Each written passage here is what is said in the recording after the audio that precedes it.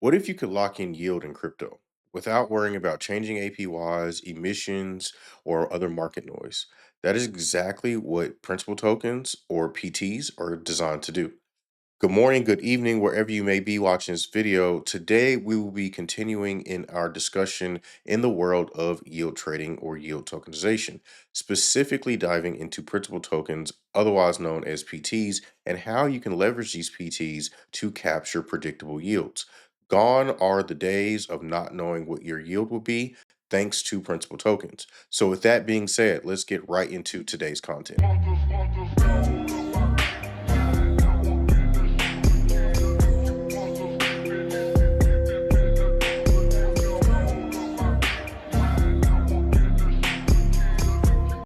In our last yield trading video, we discussed the idea that yield can be separated and traded.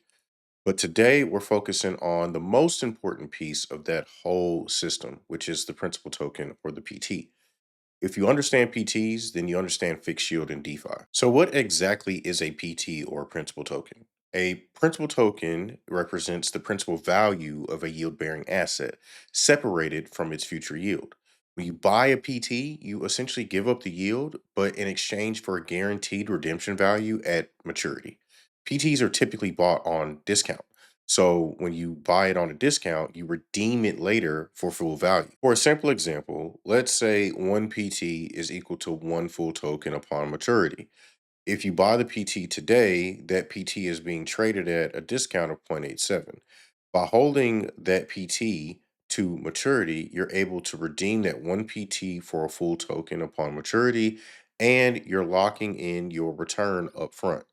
Super simple, no guessing. For those who are used to the traditional world of finance, think of PTs as zero coupon bonds because PTs or principal tokens act exactly like zero coupon bonds, except they're digital assets. You don't earn yield over time, the yield is baked into the discount. Your return is literally dependent on two factors: one, the price you paid, and two, holding until maturity. That is exactly what makes PTs predictable like they are. You're probably wondering what impacts PT pricing. Well, PT prices move based on a couple of things, one of them being time to maturity, the second one being market yield expectations, and the third one being overall demand for fixed yield. When you see market yields rise, you'll see the price of PTs fall. When you see market yields decrease, you'll see an increase in PT prices. Honestly, if you're holding your PTs to maturity, short term volatility and short term price changes don't really matter because you're holding till maturity and you're going to redeem one to one for every PT that you hold anyway. So, who should use PTs?